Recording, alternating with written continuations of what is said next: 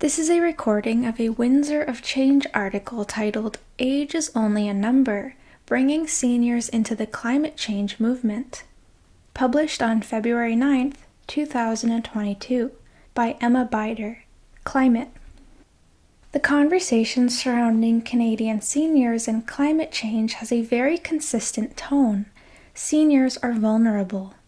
They are at high risk when it comes to extreme heat, as we saw in British Columbia this past summer, and are likely to suffer more from air quality issues than others.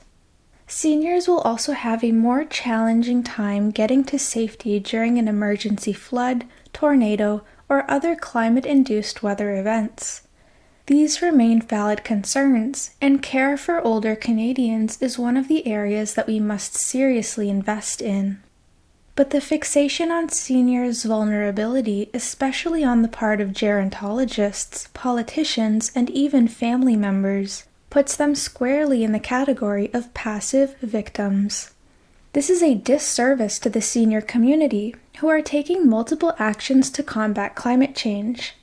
Instead of treating the said community as those without agency, environmental organizations would be wise to include this demographic as agents of change. Rise of the Gray Greens. In September 2021, the Washington Post published a piece about a group of Gray Greens, a group of older climate protesters who were willing to get arrested at a climate protest in London, UK.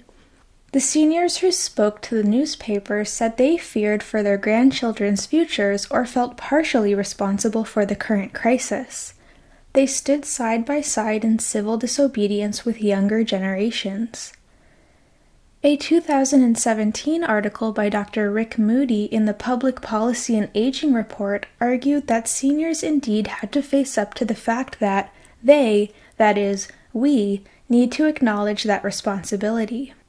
But it need not be all guilt and hand-wringing. Moody points out that seniors have power, including political clout, as a demographic that votes in huge numbers.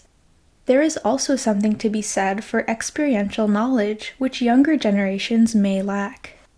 In my own work as communications coordinator for Climate Legacy, a Canadian project of the Group of 78, we explicitly work to get seniors connected to climate action.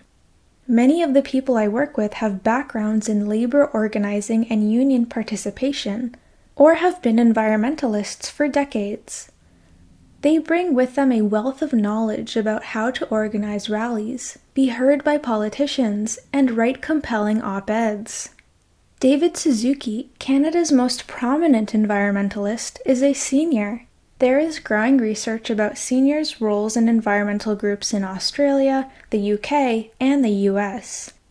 Sadly, we only have anecdotal evidence in Canada that seniors impact the climate conversation. Accompanying image of senior environmentalists with the caption that reads, "Seniors have been on the front line of the Fairy Creek blockade for months, pushing for an end to logging of old-growth forests and improving ecosystem protection." Photo credit, Norman Galimsky. It is a shame that there is not more discussion of seniors' roles in environmental movements in Canada because there is evidence that points to the value of senior climate participation. Many volunteer for community organizations. Take, for example, the Raging Grannies, who remain prominent at protests across the country, and organizations explicitly made up of seniors, similar to Grandmothers Act to Save the Planet, Seniors for Climate Action Now, and Eco-Elders for Climate Action Calgary. Each of these groups is advocating for change at local, provincial, and federal levels.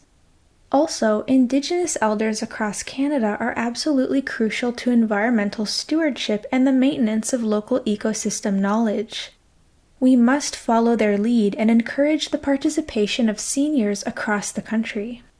In stark contrast to intuition, a 2021 report by HelpAge International found that while climate change was certainly a threat to older populations, getting involved in environmental issues can improve seniors' psychological and sometimes physical well-being. Seniors can also benefit from volunteering or work that is focused on improving the world. thereby leaving behind a valuable legacy for future generations. Getting seniors involved. Despite the wealth of knowledge, time, and energy that seniors can bring to the table, barriers remain to seniors' participation in climate work. Seniors may feel hesitant to get involved because they feel like they lack the scientific expertise or deep knowledge about the issues. They will need, and this is an age-agnostic issue, basic educational training on initiatives and training on how to talk about these issues to others.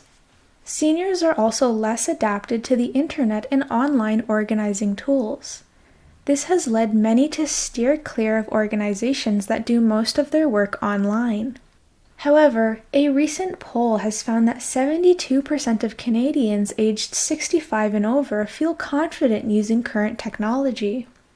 But seniors will need more guidance when using tools like Slack and Zoom, or creating graphics online and analyzing web statistics, which are less commonplace abilities.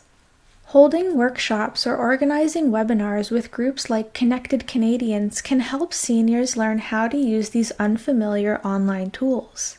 That, and offering alternative modes of engagement, will benefit not only seniors but also others who have accessibility concerns.